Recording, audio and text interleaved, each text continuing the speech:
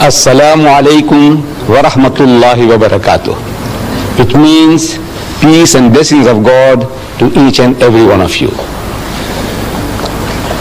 I feel privileged to come to speak to your computer college, and the subject that I have chosen is the Quran and the computer. Naturally, you are inquisitive, wanting to know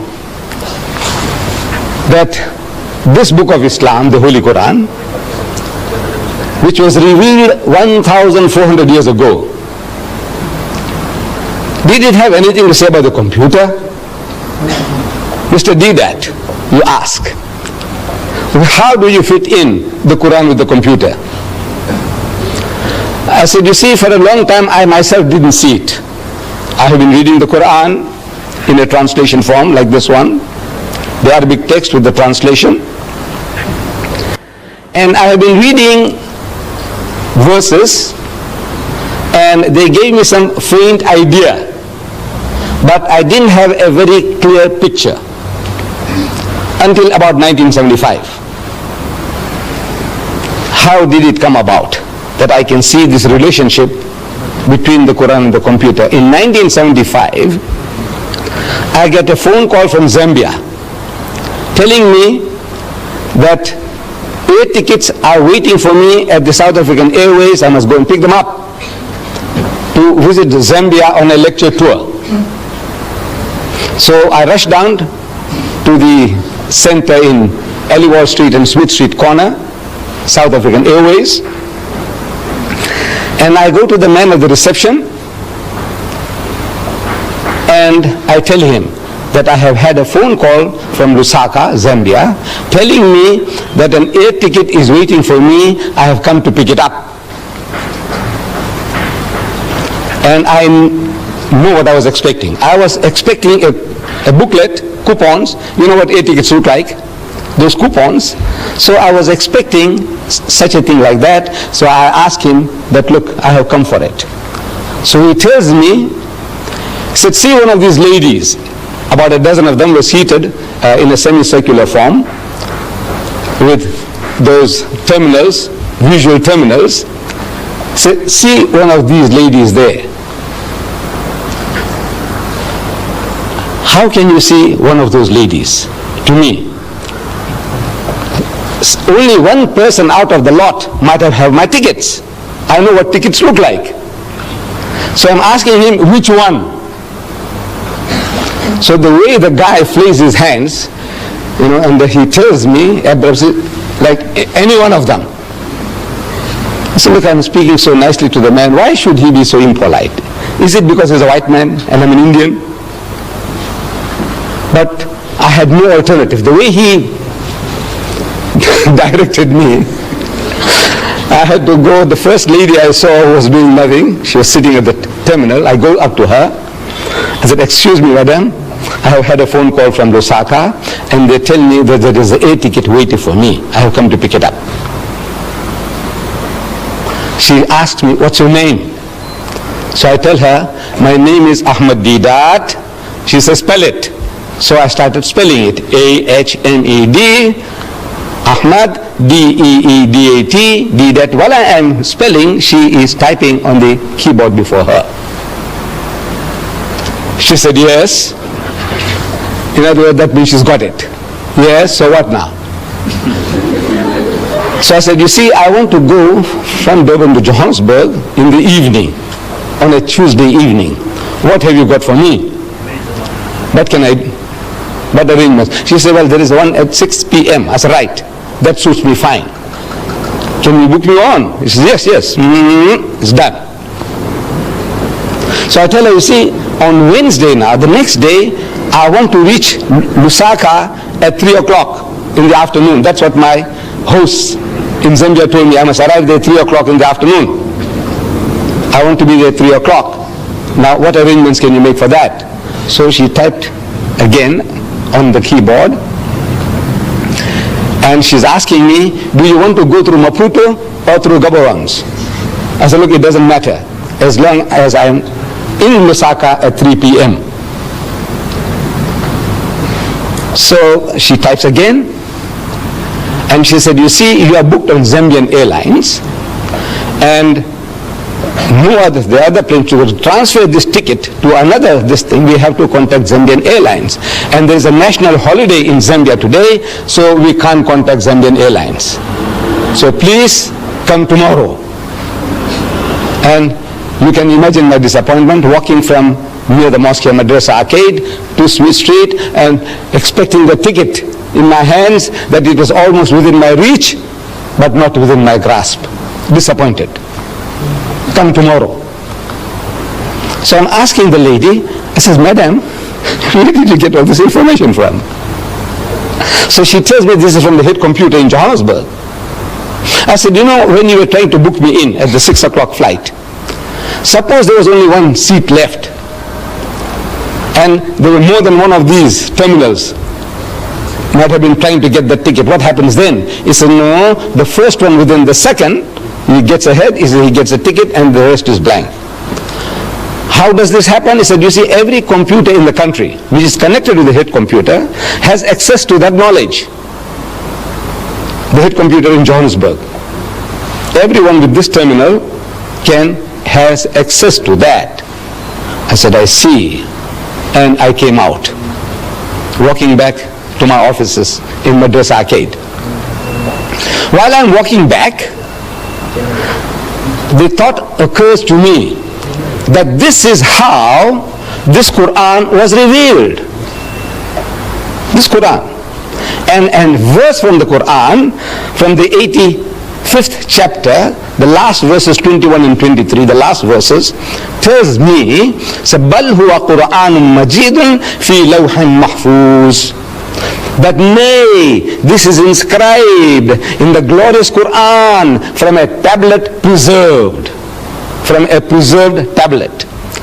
Now, if you have a volume like this, and if you want to know what the Quran says about the Quran, you open, just like in a dictionary, in Q, just like in the index, Q, it will tell you everything the Quran says about the Quran. I'll give you examples.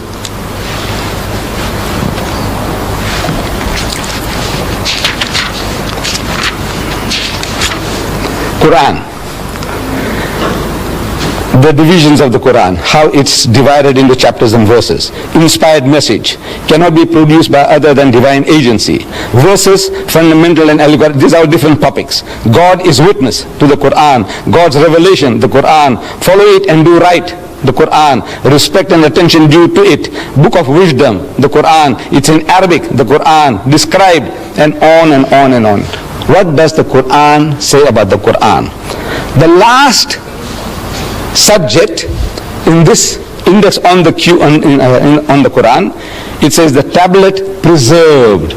The tablet, this, when you have it, you'll be able to see it with your own eyes. It says tablet preserved, chapter 85, verses 21, 22. I read it to you. So the picture comes to me, this is how it happened. See, the whole picture comes along, the history of Muhammad, that he was in Medina, I have been reading, and a Christian deputation had come from Najran, an outskirt of Yemen. They had heard that another Arab now, he's claiming to be in communion with God, he's claiming to be a prophet. So these Christians, they said, let's go and see this another Arab, and we will question him, cross-examine him, want to know what does he know about religion. So they come to Medina, and they are housed in the mosque of the Prophet. They sleep in the mosque, they eat in the mosque, and they have a dialogue in the mosque for 3 days and 3 nights. It's going on. During the course of that discussion, the spokesman for the Christian is posing the question, among so many other things. He said, all right, now tell us, O Muhammad, what is your concept of God? And Muhammad, according to tradition, he doesn't just start answering. He, so to say, presses his spiritual buttons. There were no buttons to press. But I said, so to say, he presses his spiritual buttons, trying to commune with God. He said, oh my Lord, what shall I say? What shall I say? He could have made a case. like we do. At times when we are asked questions, we have no ready answers, so what do? We beat around the bush, we fumble to gather our thoughts. You see, it's like this, and it's like that, and so on. While we are talking, while we are trying to share, our thoughts are coming into focus. That's what we do.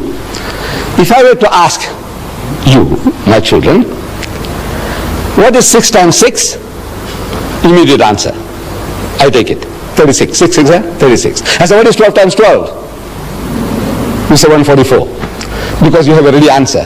But if you didn't have a ready answer, what do? You say, well, you see, 6 times 6, you take 6 and you put 6 times 6, 6, 6, and then we add, and 6 and 6 is 12, and 6 is 18. And you are fumbling for the answer, but you will get it. But you fumble for it. That's how what we normally do.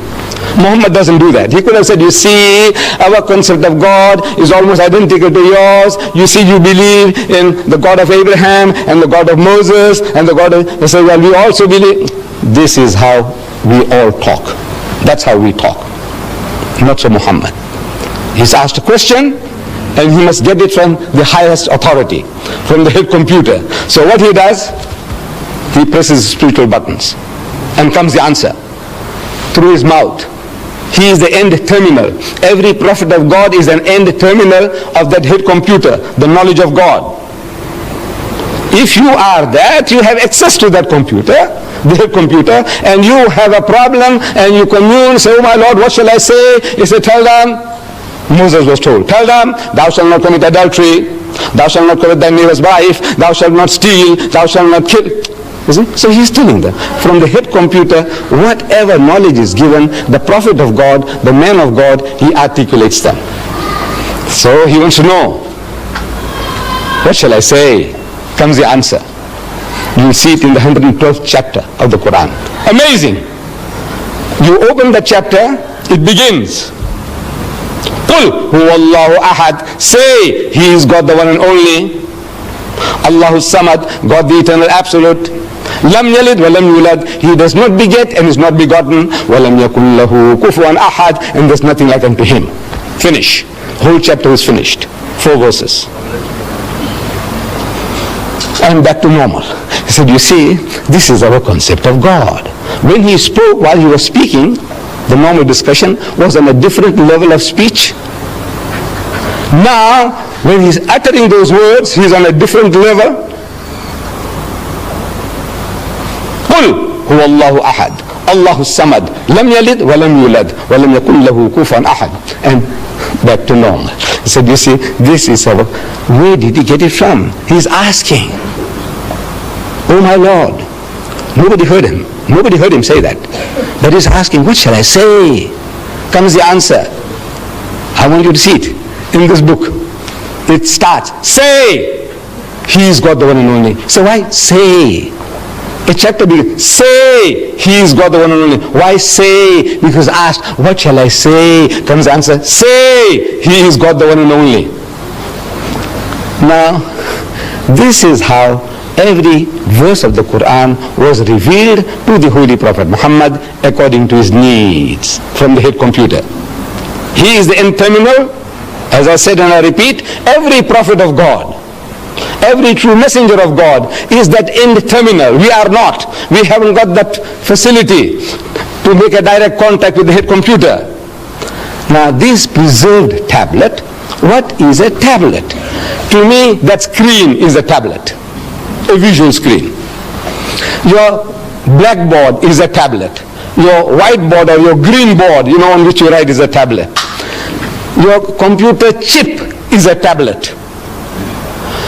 The tablet of stone on which Moses wrote the 10 Commandments is a tablet. Now this tablet that God is talking about is not made of metal or stone or the silicone chip. It is a spiritual tablet, a spiritual knowledge. It is not material. Now what do you want to know? What else do you want to know? This is some aspect of what the Quran says about the Quran. What do you want to know about the Muslims and about Islam? Everything is in this book. The easiest way to have access to this knowledge about the Muslim is the book. We ourselves, we might be confused. The Muslim can be confused on so many things. But if you want to know authoritatively, what does your book of authority, the Quran, say? So you go to the Quran. So if you open the index, some of the subjects, I just give you a quick glance at some of the subjects. This book, claiming to be from God, naturally it must tell us everything about God that we can know. So, under G, look for God. There are more than 140 different references that you have access to from here, from this book, from this index. God. He is your protector. Chapter 2, verses 257 and onwards. He is the creator of all. He is most bountiful. He is merciful. He is most kind. He is beneficent. He is the orphan's shelter. He is the wanderer's guide. The guy's wandering around. He is a guide to him. He satisfies your needs. God present everywhere. He is unity. He is one, not one in a trinity. He is not one of two. He's got no begotten sons. He is wise. He is best disposer of affairs. He is most high great. He is irresistible. He is never unjust. He is exalted in power. He is free of all wants. He is worthy of all praise. And on and on and on. You want to know what does it say about man? Under M, look for man. Man means mankind, men and women. Man. Let's see what it says about man. Man.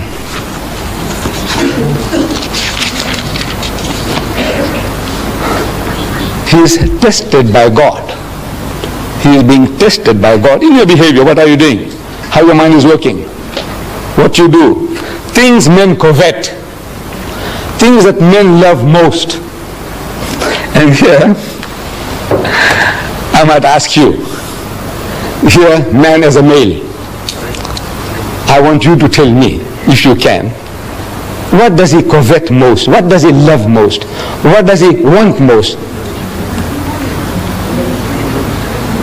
Huh? Money. Now don't be afraid. No harm done. We won't disqualify you in your exams. Yes, my child. Materialistic. Power. Huh? Huh? Who said that? Who said that? What did she say? Woman. Woman. Yes, woman. Look, this is 1400 years ago. This man Muhammad is made to say things men covet. I want you to look it up when you have this book. You will have this book. Each and every one of you will be entitled to this book free. I will give it to you all free. This encyclopedia. So no use me tantalizing before you. You know that golden carrot and says, you see, it's there, it's there, it's there. And he says, where do you get it? I say, you see, you go to the Islamic Propagation Center and you buy one. Now I want to do business with you. No, I'm not here to do business. So the Quran says, ذُيِّنَ لِلنَّاسِ حُبُّ الشَّهَوَاتِ مِنَ النِّسَاءِ. So fair in the sight of men is the love of things they covet.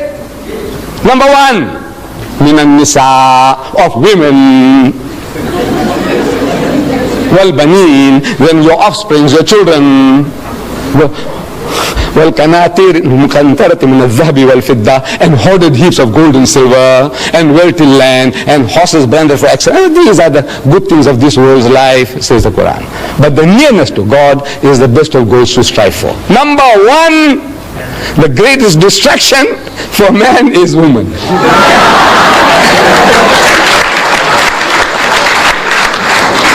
And I'm telling the Westerner, you see, look, as the Westerner, he knows this better than us. The Westerner, he knows this. See, he exploits this weakness of man to the limit.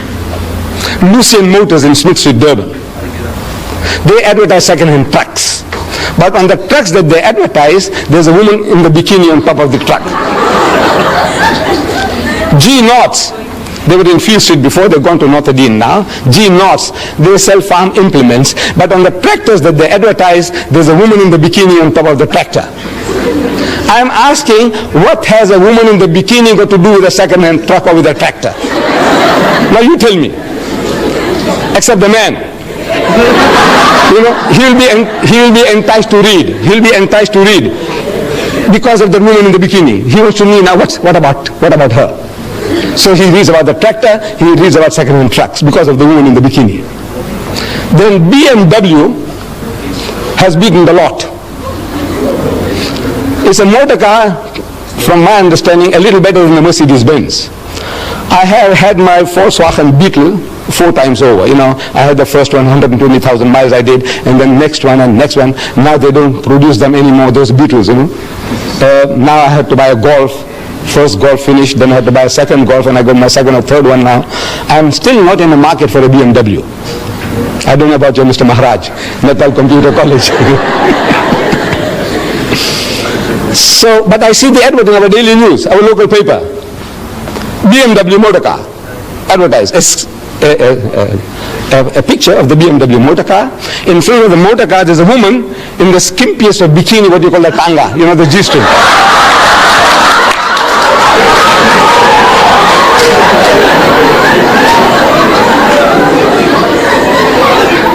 And in front of the motor car, this woman is standing, you know, in a lustful, enticing pose. You can almost hear her saying, come on, come on.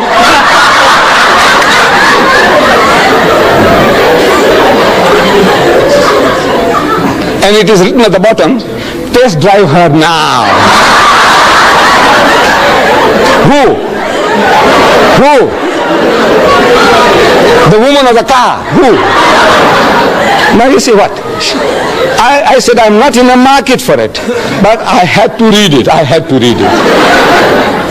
You blame me? I'm 73. Sorry, I've taken you off. Things men covet. You see it there. He's ungrateful. The ungrateful rich man. He is ever ungrateful. Leave out one to another. You know, we do some little favors for one another and we expect some kind of gratitude. Fidelity, faithfulness. One of our South African poets, he describes it very beautifully, the ingratitude of man. He says fidelity, faithfulness, is said to be a human attribute which makes a modern gentleman distinguished from the brute. But that supreme fidelity, inborn in every hound, in every dog, which is the mark of man's best friend, in man is rarely found. This faithfulness, gratitude, the dog shows it. But mankind in general, the most ungrateful of people, one to another and to our Maker. If you are not grateful to our Creator, what is man to man? What? I give you this book, and I expect you to be, every time you say, Mr. Dida, thank you very much, you know, for that book. I expect that from you? No, I don't expect it. I shouldn't expect, because if I expect that, I'll be disappointed in mankind. I won't do anybody any good at any time. So look, these are all ungrateful riches. Let them go to hell. I said, no, that's not my job to send people to hell. I said, no, I must do my best. I don't expect any reward from anybody at any time. He's ungrateful. He is given to hasty deeds. Everything he does in a hurry, and then he regrets afterwards. And on and on and on. What do you want to know? You want to know about Jesus, open J. Everything about Jesus. You want to know about Moses, everything about Moses. You want to know about marriage in Islam, under M. You want to know about divorce in Islam, under D. What do you want to know? Everything on your fingertips. Now this book is yours. There's no bluff. You see, the only thing you have to do is collect these cards. These cards will be given out to you at the end of the talk. Each and everyone is entitled to have a card. Only one, please. This card, you take it to 124 Queen Street, opposite the mosque in Queen Street. There's our Islamic television there in the window. Next door there's our shop there, also Islamic Vision, 124, 126, the address is given here. You go and present this, that's all. You give this card and they give you a book, this encyclopedia of 2,000 pages. How much? How much? Free. The only thing you have to do is take this little amount of trouble to go and give the card to get your book. Give your card, get your book. Now, what you do, suppose you take this card, and before you go out, somebody tells you, man, you will get caught with this book. This book is going to capture your mind, is going to enslave your mind, and if you get terrified, what you do? Tear it and throw it away. There's one book gone. Just tear it and throw it away. But you owe it to yourself. You owe it to yourself. There are in the world today 1,000 million Muslims. Just from the point of view of knowing how their minds are working, just from that point alone, you want to know what does his book say about what and what and what. The guy, the Muslim fellow who comes, you make an appointment, and the guy turns up late. Now, we are I don't know, most especially we black people, Indians, Africans, Coloreds, we are all, Muslim or non-Muslim, we are all not punctual. Generally, we are a very unpunctual people. We don't value time. But now if the Muslim fellow lets you down, you see, you have something to beat him with. And he can't fight back. You ask him, he says, you Muslim? He says, yes, I'm Muslim. He's very proud to say he's a Muslim, yes. And you're late? He said, well, he said, wait. You are going through a special training of punctuality. Once a year for 30 days, you are so punctual to the second, to the minute. In your fasting month, you fast? He said, yes. You fast? He said, yes. When you break your fast, when do you break your fast? Certain fixed time, right? He said, right. And you wait with the watch on your hands. Or in the mosque you wait for the muazzin to give the azans. Allah, immediately you break your fast. Right? Or in the old days, I used to live here as a young boy in Prince Edward Street, and we wait. You see, when the azan, the time for the breaking of the fast, or the time for the evening prayer comes, they switch on the light of the minaret. And the children are waiting in all the street corners. They watch for the light, and they start shouting all over. We used to hear those days, it says, Batti Silgi, Roja Choro. This says, the light is on, break the fast, light is on, break the fast, and everybody starts. Straight away, no wasting of a second. Right? For 30 days you did it. To the second. And you can't meet an appointment. You are the fittest guys in the world for appointments, for punctuality. That's what you are trained for. And you give it to him. You find a guy eating pork chops. You may say, you Muslim? He says, yeah. He says, I thought your book says you can't eat the pig. He said, no, this is ham. He said, look now what you're talking about. That's a pig, man, piece of pig. Call it ham, call it bacon, call it sausages. It's pig. Tell him so. So, can you see now, if you just know, it puts you on a better wicket. And I want to put each and every one of you on a better wicket to put the guy right. My Muslim brothers and my children, put them right, and you will get pleasure in it. Because, by God, because you are not creating offense. You say, look, this is your teaching, Mr. Deidat. This is your teaching. So, this is what I'm offering to you. This book it's a book of ornamental for you from the knowledge point of view, the psychology of man, about religion in general. You want to know about karma. Have you heard the word karma? Yes. There's a Hindu term, karma, the law of cause and effect. The law of cause and effect. That every action has a reaction. Beautiful. We believe in that. Everything you do, it has its repercussions. Karma. You want to know about karma? Open K in this book, and you say about karma. You know about lingam. I don't know whether you know. And the L, you'll find lingam there. In this book, believe me. In this Quran, what do you want to know? So you owe it to yourself that you take this little trouble of carrying this card and going along and redeeming it for this book, absolutely free of charge. قل يا أهل الكتاب تعالوا إلى كلمة سواء بيننا وبينكم ألا نعبد إلا الله ولا نشرك به شيئا ولا يتخذ بعضنا بعضا أربابا من دون الله فإن تولوا فقولوا اشهدوا بأننا إنا مسلمون.